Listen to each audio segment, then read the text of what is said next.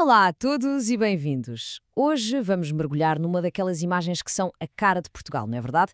As ruas de Coimbra a abarrotar de estudantes nos seus trajes negros. Aquilo é um autêntico mar de capas e batinas. Mas, para os finalistas, há ali um detalhe que quebra a monotonia toda. Um toque vibrante de cor. Mas o que significa exatamente este toque de cor? Não é só para fazer bonito, garanto. É um código, um símbolo com uma história muito mais profunda e até surpreendente do que se possa imaginar. Por isso, preparem-se, porque a história por trás disto é mesmo fascinante. Muito bem, vamos lá então começar a descodificar esta linguagem visual. Cada cor tem a sua própria voz e nós vamos aprender a ouvi-la. Estas peças de tecido são então as famosas lapelas e são muito, mas muito mais do que um simples enfeite. Cada uma delas representa a pertença a uma faculdade, o culminar de uma longa jornada académica e, como vamos descobrir, uma história bem inesperada. Ora, a primeira camada de significado está aqui, no código das cores. Cada faculdade tem a sua, numa tradição que é muito própria de Coimbra. E atenção, este é um ponto mesmo crucial. Este sistema de cores é específico da Universidade de Coimbra. Outras academias, como a de Évora, por exemplo, têm os seus próprios códigos. Não há uma tabela única para o país inteiro. Cada universidade, no fundo, pinta a sua própria história. Agora, o que é mesmo interessante aqui é o simbolismo por trás de cada cor.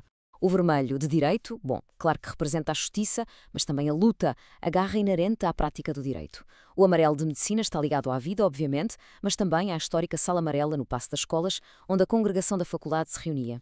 O azul escuro de letras evoca a profundidade do pensamento e o roxo de farmácia a transformação, quase uma alquimia. Percebem? Cada cor conta, de facto, uma pequena história.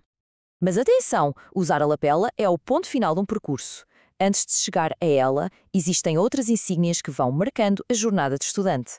A lapela é, portanto, a última e a mais distinta das insígnias. E a sua grande diferença, aquilo que a torna tão especial, não é só o que ela é, mas sim onde ela fica. Não é um adereço na pasta académica, não. É cozida diretamente no traje. Torna-se parte integrante do próprio finalista, um símbolo permanente da sua conquista. Então vamos ver como é que isto funciona. A partir do segundo ano, o estudante usa o grelo, que é uma fita estreitinha na pasta que basicamente diz "já não sou caloiro". Depois, no último ano, o grelo é substituído por 8 fitas largas. São estas fitas que na queima se transformam num livro de memórias, todas assinadas.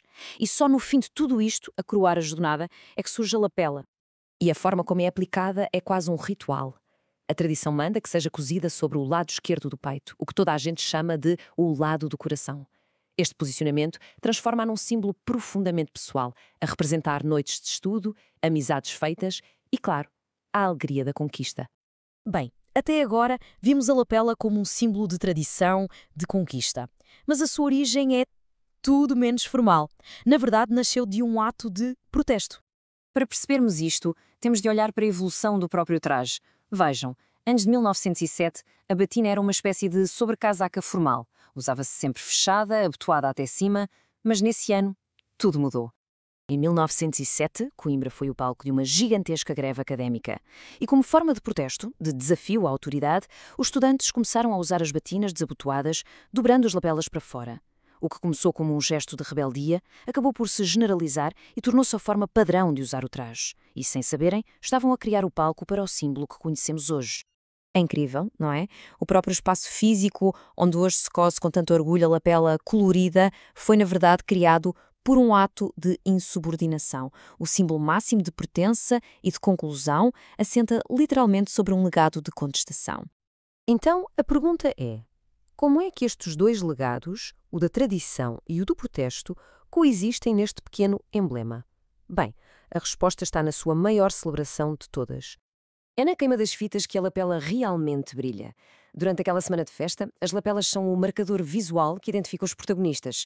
No meio daquela multidão de capas negras, são as cores das lapelas que nos dizem quem está a terminar o curso, unindo-os como uma só turma de finalistas. E é nesse momento que a tradição se celebra, no mesmo espaço que o protesto criou. Portanto, a lapela de Coimbra condensa em si múltiplas camadas. É a identidade de uma faculdade, claro, é o testemunho de uma jornada pessoal de anos de esforço e, por baixo de tudo isso, é uma herança silenciosa de um espírito crítico e reivindicativo. E isto deixa-nos com uma reflexão final, não é? O que é que significa, hoje em dia, usar este símbolo de conquista, de pertença? no espaço do traje que foi, ironicamente, aberto pela rebeldia. Como é que estas duas heranças, a da tradição e a da contestação, dialogam em cada finalista que cose, com orgulho, a sua lapela? Fica a pergunta no ar.